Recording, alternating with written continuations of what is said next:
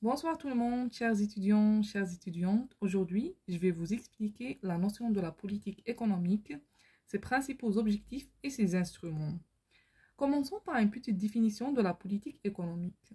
La politique économique désigne un ensemble de décisions prises par les pouvoirs publics afin d'atteindre, grâce à l'utilisation de divers instruments, certains objectifs concernant la situation économique de la nation. Prenons l'exemple de la lutte contre le chômage et l'inflation. Parmi les principaux objectifs de la politique économique, on a la croissance économique, le plein emploi, la stabilité des prix, la répartition équitable des revenus, l'équilibre extérieur et l'équilibre de la balance commerciale. Commençons par la croissance économique. La croissance économique, c'est la capacité d'une nation à la production des biens et services. On peut la définir comme l'augmentation soutenue pendant une longue période de la production d'un pays. Et on peut la calculer par l'un des deux agrégats de la comptabilité nationale, le PIB, le produit intérieur brut, et le PNB, le produit national brut. Le PIB est égal au PNB plus revenu des entreprises étrangères qui résident en Algérie, c'est le revenu reçu, moins les revenus des entreprises algériennes qui résident à l'étranger, c'est le revenu versé.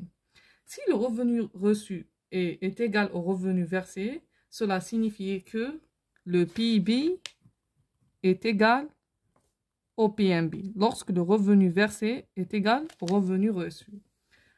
On a aussi le deuxième objectif, le plein emploi. Le plein emploi, c'est un concept keynésien qui correspond à une situation économique avec une tendance vers le chiffre zéro de taux de chômage involontaire au niveau national, ainsi qu'une tendance vers le chiffre 100 de taux d'utilisation des moyens de production disponibles, c'est-à-dire la création des postes d'emploi, des postes de travail. On a aussi parmi les objectifs de la politique économique et la stabilité des prix à court et à moyen terme afin d'éviter toute inflation ou déflation. Parmi aussi les objectifs de la politique économique, on peut citer la répartition équitable de revenus. D'une manière équitable pour assurer le salaire minimum de chaque travailleur et de lutter contre l'exclusion sociale et la pauvreté absolue. L'équilibre extérieur. Le cinquième objectif de la politique économique, on a l'équilibre extérieur. C'est la situation dans laquelle une nation pratique l'échange international sans accroître son endettement extérieur. Cela signifie que le solde de son compte de transactions courantes est nul, c'est-à-dire les exportations moins les importations égale à zéro. L'équilibre de la balance commerciale. C'est l'équilibre entre l'exportation et les importations. L'équilibre entre l'exportation et les importations.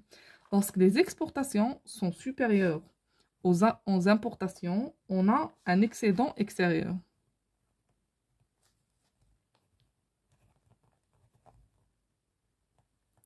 Et lorsque les exportations sont inférieures aux importations, on a un déficit extérieur.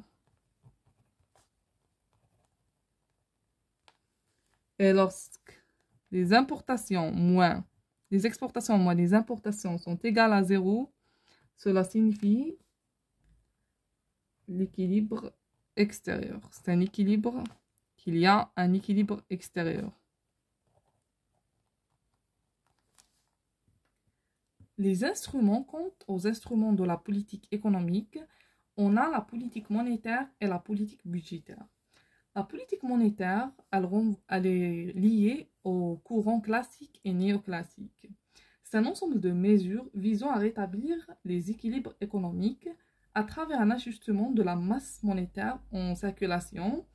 C'est la quantité de monnaie en circulation entre les agents économiques par rapport aux besoins de l'économie, le PIB.